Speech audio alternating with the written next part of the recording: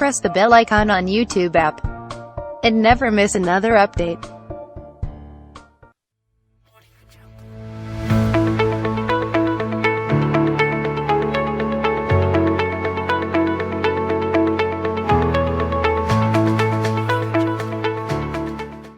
Hi friends, എൻ്റെ പേര് Meera. ഫ്ലോറൻസിന്റെ K-TET C-TET LP-UP online പരീക്ഷാ പരിശീലനത്തിലേക്ക് ഏവർക്കും സ്വാഗതം. കേന്ദ്ര കേരള അധ്യാപക പരീക്ഷയ്ക്ക് എല്ലാവരും തയ്യാറെടുത്തുകൊണ്ടിരിക്കുകയാണല്ലോ. ഇതിൽ എല്ലാവർക്കും പ്രയാസമേറിയ ഒരു വിഷയമാണ് മനഃശാസ്ത്രം. ശരിക്കും പറഞ്ഞാൽ ഏറ്റവും ലളിതകരമായ ഒരു സബ്ജക്റ്റാണ് സൈക്കോളജി.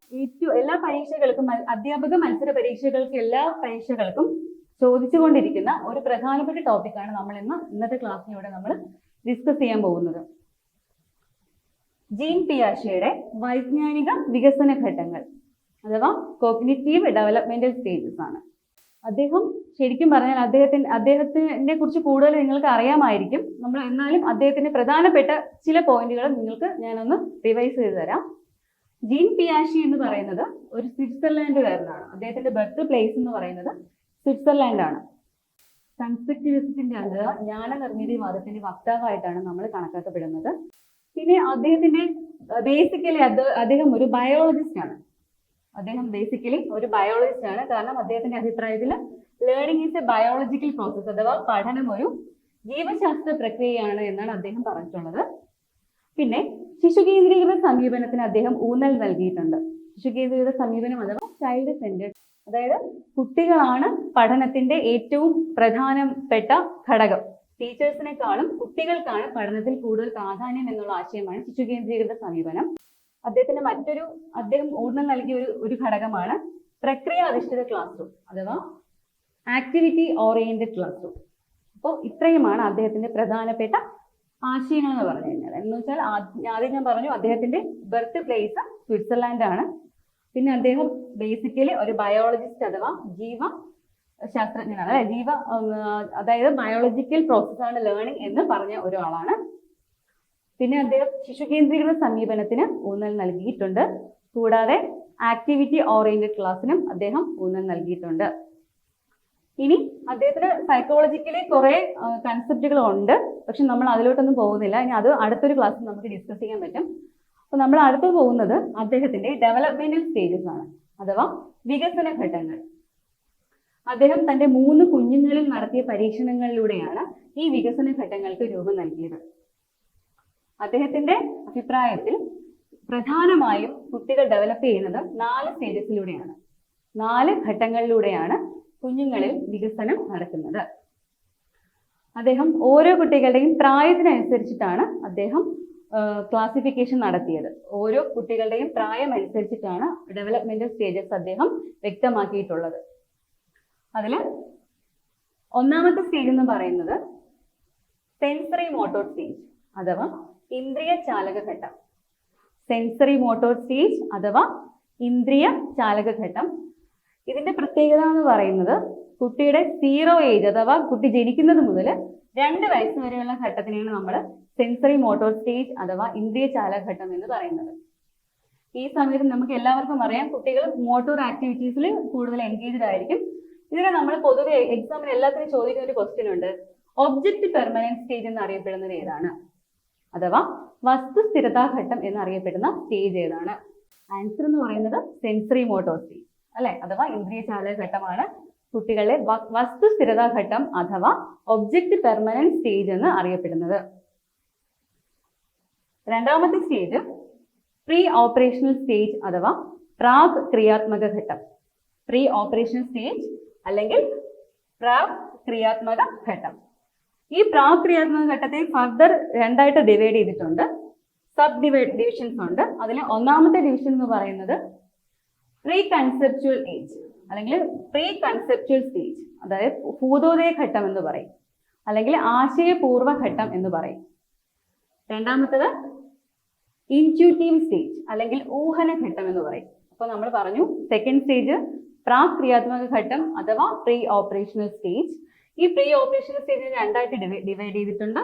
അതിൽ ഫസ്റ്റ് സ്റ്റേജ് എന്ന് പറയുന്നത് പ്രീ കോൺസെപ്ച്വൽ സ്റ്റേജ് അല്ലെങ്കിൽ ഭൂതോദയ ഘട്ടം അല്ലെങ്കിൽ ആശയപൂർവ്വ ഘട്ടം. രണ്ടാമത്തെ സ്റ്റേജ് എന്ന് പറയുന്നത് എന്താണ്? ഊഹനഘട്ടം അഥവാ ഇൻറ്റ്യൂട്ടീവ് സ്റ്റേജ് എന്നാണ്. ഇതിൽ ആദ്യത്തെ പ്രീ കോൺസെപ്ച്വൽ സ്റ്റേജ് 2 മുതൽ 4 വയസ്സ് വരെയുള്ള ഘട്ടമാണ്. 2 മുതൽ 4 വയസ്സ് വരെയുള്ള ഘട്ടമാണ്. ഇനി ഊഹനഘട്ടം എന്ന് പറയുന്നത് 4 മുതൽ 7 വയസ്സ് വരെയുള്ള ഘട്ടമാണ്. അപ്പൊ നമ്മൾ പൊതുവെ പ്രീ കൺസെപ്ച്വൽ സ്റ്റേജ് എന്ന് പറയുന്നത് എത്രയാണ്? 2 മുതൽ 4 വയസ്സ് വരെ. ഇൻറ്റ്യൂട്ടീവ് സ്റ്റേജ് 4 മുതൽ 7. അപ്പൊ പ്രീ ഓപ്പറേഷണൽ സ്റ്റേജാണ് നമ്മൾ പറഞ്ഞത്, രണ്ടാമത്തെ സ്റ്റേജ് ആയിട്ട് പറഞ്ഞത്. ഈ പ്രീ ഓപ്പറേഷണൽ സ്റ്റേജ് വരുന്ന എത്ര മുതൽ എത്ര വയസ്സ് വരെയാണെന്ന് നിങ്ങൾക്ക് ചോദിക്കാം. അങ്ങനെയാണെങ്കിൽ അതിന്റെ ഉത്തരം എത്രയാണ്? 2 മുതൽ 7 വയസ്സ് വരെ. അപ്പൊ നമ്മൾ പറഞ്ഞു sensory motor stage. First stage കുട്ടി ജനിക്കുന്ന 0 ഏജ് മുതൽ 2 വയസ്സ് വരെയുള്ള ഘട്ടമാണ്. ഇനി രണ്ടാമത്തെ സ്റ്റേജ് പ്രീ ഓപ്പറേഷണൽ സ്റ്റേജ്, അല്ലെങ്കിൽ ആ സ്റ്റേജിൽ നമ്മൾ പറയുന്നത് എത്ര വയസ്സ് വരെയാണ്? 2 മുതൽ 7 വയസ്സ് വരെയുള്ള സ്റ്റേജാണ്. അപ്പോൾ ഈ 2 സ്റ്റേജും മനസ്സിലായെന്ന് വിചാരിക്കുന്നു. ഇനി നമ്മൾ ഈ രണ്ടാമത്തെ സ്റ്റേജിൽ വേറെ പ്രത്യേകത ഇവിടെയുണ്ട്. രണ്ടാമത്തെ സ്റ്റേജ് അതായത് പ്രീ ഓപ്പറേഷണൽ സ്റ്റേജിൽ കുട്ടികളിൽ ലാംഗ്വേജ് ഡെവലപ്പ് ചെയ്യുന്ന സ്റ്റേജാണ്. ലാംഗ്വേജ് അതായത് കുട്ടികൾ ഭാഷ ഉൽപ്പാദിപ്പിക്കുന്ന അല്ലെങ്കിൽ കുട്ടി സംസാരിച്ചു തുടങ്ങുന്ന സ്പീച്ച് പ്രൊഡ്യൂസ് ചെയ്യുന്ന ടൈമാണ് ഈ രണ്ടാമത്തെ സ്റ്റേജ് ആയിട്ടുള്ള പ്രീ ഓപ്പറേഷണൽ സ്റ്റേജ്. അപ്പൊ സെൻസറി മോട്ടോർ സ്റ്റേജ് നമ്മൾ പറയുന്നത് ഒബ്ജക്റ്റ് പെർമനന്റ് സ്റ്റേജ് എന്നാണ്. പ്രീ ഓപ്പറേഷണൽ സ്റ്റേജിന് പൊതുവായിട്ട് പറയുന്നത് ലാംഗ്വേജ് ഡെവലപ്മെന്റൽ സ്റ്റേജ് അല്ലെങ്കിൽ ഭാഷ വികസിക്കുന്ന ഘട്ടം എന്ന് പറയും. അടുത്ത് നമ്മൾ മൂന്നാമത്തെ സ്റ്റേജിലേക്ക് കടക്കുകയാണ്, കോൺക്രീറ്റ് ഓപ്പറേഷണൽ സ്റ്റേജ് അഥവാ മൂർത്ത ക്രിയാത്മക ഘട്ടം. മൂർത്ത ക്രിയാത്മക ഘട്ടം എന്ന് പറയുന്നത് കുട്ടിയുടെ 7 വയസ്സ് മുതൽ 11 വയസ്സ് വരെയുള്ള ഘട്ടമാണ്. ഈ 7 മുതൽ 11 വയസ്സ് വരെയുള്ള ഘട്ടത്തിൽ കുട്ടിക്ക് ലോജിക്കൽ തിങ്കിങ് ഡെവലപ്പ് ചെയ്യുന്നു അഥവാ യുക്തിചിന്ത. നമ്മൾ പ്രാക്രിയാത്മക ഘട്ടം പറഞ്ഞു. ആ ഘട്ടത്തിൽ കുട്ടിക്ക് ലോജിക്കൽ തിങ്കിങ് ഇല്ല, റിവേഴ്സിബിലിറ്റി ഒന്നുമില്ല. പക്ഷെ കോൺക്രീറ്റിലേക്ക് വരുമ്പോഴത്തേക്കും ലോജിക്കൽ തിങ്കിങ്ങും റിവേഴ്സിബിലിറ്റി അഥവാ പ്രത്യാവർത്തന ചിന്ത ഇതൊക്കെ കുട്ടിക്ക് എന്ത് ചെയ്യുന്നു? ഡെവലപ്പ് ചെയ്യുന്ന സ്റ്റേജാണ് കോൺക്രീറ്റ് ഓപ്പറേഷണൽ സ്റ്റേജ്. ഇതുകൂടാതെ കുട്ടിയിൽ ക്ലാസിഫിക്കേഷൻ കപ്പാസിറ്റി, ക്ലാസിഫിക്കേഷൻ എന്ന് പറഞ്ഞാൽ ഏതെങ്കിലും കുറെ ഒബ്ജക്റ്റുകൾ കൊടുത്തു കഴിഞ്ഞാൽ ഏതെങ്കിലും ഒരു മാനദണ്ഡത്തിന്റെ അടിസ്ഥാനത്തിൽ കുട്ടി അതേ വർഗീകരിക്കുന്ന ടൈമാണ് ഈ കോൺക്രീറ്റ് ഓപ്പറേഷണൽ സ്റ്റേജ്. അപ്പോൾ കോൺക്രീറ്റ് ഓപ്പറേഷണൽ സ്റ്റേജ് നമ്മൾ പ്രധാനമായിട്ട് പറയുന്ന കാര്യം ഒന്ന് റിവേഴ്സിബിലിറ്റി. എല്ലാ എക്സാമിനും ചോദിക്കുന്ന ഒരു ക്വസ്റ്റ്യൻ ആണ്. റിവേഴ്സിബിലിറ്റി എന്ന് പറയുന്ന ആശയം ആരുടേതാണെന്ന് ചോദിക്കാം.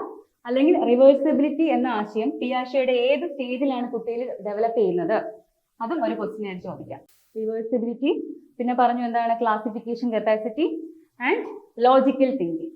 പക്ഷെ പ്രീ ഓപ്പറേഷൻ സ്റ്റേജിൽ നമ്മൾ ചോദിച്ചിട്ടുണ്ട്, പ്രീ ഓപ്പറേഷണൽ സ്റ്റേജിലെ കുട്ടികളുടെ തിങ്കിങ് ലോജിക്കലിൽ എത്തുന്നില്ല, അവർക്ക് ആ ലോജിക്ക് ഉണ്ടാകുന്നില്ല. പക്ഷെ കോൺക്രീറ്റിൽ എത്തുമ്പോഴത്തേക്കും ലോജിക്കൽ തിങ്കിങ് ഡെവലപ്പ് ചെയ്യുന്നു. പക്ഷെ കോൺക്രീറ്റിന്റെ പ്രത്യേകത അവരുടെ തിങ്കിങ് കോൺക്രീറ്റ്നെസ് മാത്രമാണ്, അബ്സ്ട്രാക്ട് തിങ്കിങ്ങിലോട്ട് കുട്ടികൾ ഡെവലപ്പ് ചെയ്യുന്നില്ല. കോൺക്രീറ്റിൽ ആ സ്റ്റേജിലുള്ള കുട്ടികൾ അബ്സ്ട്രാക്റ്റ് ആയിട്ട് ചിന്തിക്കാനുള്ള കപ്പാസിറ്റി ആ മൂന്നാമത്തെ സ്റ്റേജിലുള്ള കുട്ടികൾക്ക് ഇല്ല. അപ്പൊ ഇത്രയാണ് നമ്മുടെ കോൺക്രീറ്റ് ഓപ്പറേഷണൽ സ്റ്റേജിന്റെ പ്രത്യേകതകൾ. നാലാമത്തെ സ്റ്റേജ് ആണ് ഫോർമൽ ഓപ്പറേഷണൽ സ്റ്റേജ്. ഈ ഫോർമൽ ഓപ്പറേഷണൽ സ്റ്റേജിന് നമ്മൾ കുറെ ഏറ്റവും അധികം ക്വസ്റ്റ്യൻസ് ചോദിക്കുന്നത് ഫോർമൽ ഓപ്പറേഷണൽ സ്റ്റേജിനെ ബേസ് ചെയ്തിട്ടായിരിക്കും. അതിന് മലയാളത്തിൽ നമ്മൾ പറയുന്ന ഔപചാരിക മനോവ്യാപാര ഘട്ടം എന്ന് പറയും. അപ്പോൾ അതിൽ ഒരുപാട് 4-5 സവിശേഷതകളുണ്ട്. അപ്പൊ അതിൽ പ്രധാനപ്പെട്ടത് എന്ന് പറയുന്നത് പ്രോബ്ലം സോൾവിങ് സ്റ്റേജ് ആണ്. കുട്ടികൾ പ്രശ്നം പരിഹരിക്കുന്ന സ്റ്റേജ് ആണ്. അപ്പൊ നമുക്കറിയാം ഏജ് സ്പെസിഫൈ ചെയ്യണം നമ്മൾ. ഇപ്പൊ നമ്മൾ പറഞ്ഞു കോൺക്രീറ്റ് 7 മുതൽ 11 വയസ്സ് വരെയുള്ള കുട്ടികളാണ് നമ്മൾ കോൺക്രീറ്റ് ഓപ്പറേഷൻ സ്റ്റേജിൽ നമ്മൾ ഉൾപ്പെടുത്തിയത്. ഇനി അടുത്ത ഫോർമലിൽ വരുന്നത് 11 വയസ്സിന് ശേഷമുള്ള കുട്ടികളാണ്, അതായത് അഡോളസെൻസ് സ്റ്റേജിലോട്ട് പോവുകയാണ്. അപ്പൊ കൗമാരക്കാരുടെ സ്റ്റേജ് എന്ന് പറയുന്നത് ഈ നാലാമത്തെ സ്റ്റേജ് ആണ്. അപ്പോൾ അഡോളസെൻസ് സ്റ്റേജ് എന്ന് പറയും, അല്ലെങ്കിൽ കൗമാരപ്രായം എന്ന് പറയുന്നത് അദ്ദേഹത്തിന്റെ നാലാമത്തെ സ്റ്റേജ് ആണ് ഫോർമൽ ഓപ്പറേഷണൽ സ്റ്റേജ്. ഇതിന്റെ വേറൊരു സവിശേഷതയാണ് higher order thinking skill develop ചെയ്യുന്നു. കുട്ടികളിൽ ഉയർന്ന ചിന്താഗതി വളരുന്ന ഘട്ടം. ഫസ്റ്റ് വൺ പറഞ്ഞു പ്രശ്നപരിഹരണ ഘട്ടം, അല്ലെ? പ്രശ്നപരിഹരണ ഘട്ടം അല്ലെങ്കിൽ പ്രോബ്ലം സോൾവിങ് നടത്തുന്നു. രണ്ടാമത്തെ പ്രത്യേകത എന്ന് പറയുന്നത് ഹയർ ഓർഡർ തിങ്കിങ് സ്കില്ല് കുട്ടിയിൽ ഉണ്ടാകുന്നു, അല്ലെങ്കിൽ അഥവാ ഉയർന്ന രീതിയിൽ കുട്ടിക്ക് ചിന്തിക്കാനുള്ള കപ്പാസിറ്റി ഉണ്ടാകുന്നു. മൂന്നാമത്തെ പ്രത്യേകത കൗമാരപ്രായം നമുക്കിതിനെ വിശേഷിപ്പിക്കാം. കൗമാരപ്രായത്തിലെ കുട്ടികൾ ഫോർത്ത് സ്റ്റേജിലാണ് വരുന്നത്. ഫോർമൽ ഓപ്പറേഷൻ സ്റ്റേജിന്റെ മറ്റൊരു സവിശേഷതയാണ് ഹൈപ്പോതെറ്റിക്കൽ ഡിഡക്റ്റീവ് സ്റ്റേജ് എന്ന് പറയുന്നത്. ഹൈപ്പോതെറ്റിക്കൽ ഡിഡക്റ്റീവ് എന്ന് പറഞ്ഞാൽ പരികൽപ്പന നിഗമന ഘട്ടമാണ്.